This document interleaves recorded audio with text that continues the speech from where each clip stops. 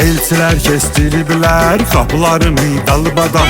Bu kızı öz aleminde alem olub halbahal. Görəni bu elçilərdən hansısı ol zeyfal.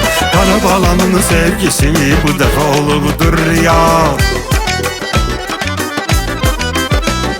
Karabala ne karabala, toynadan karabala. Karabala ne karabala, toynadan karabala.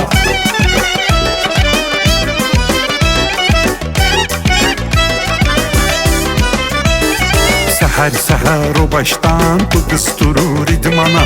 Kendimizin farkını böyle vırıb qazmağa. Qarabala öz planını yaxşı salıb zəhmana. Tapıdı bir krasovka güya durub qaçmağa. Ah kaçtığında kepkada, kara krasovkada. Özünü görsədir qıza, qaqaşdirin ilovkada.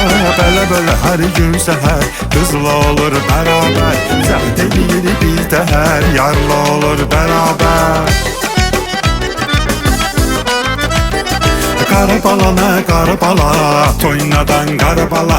Karabala ne karabala, toynadan karabala.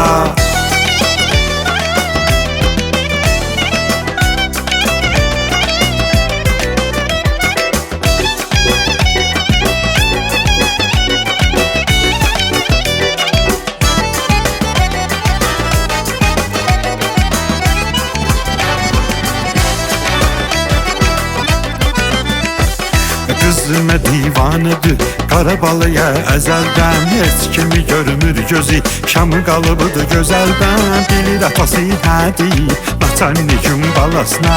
Gəlini qərarı geçsin son dəfə qız qalasına.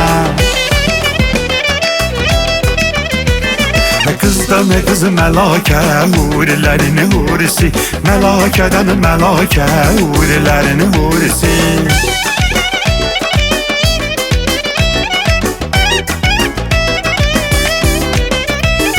Karabalada bu vaxtı qız qalasından çıxır.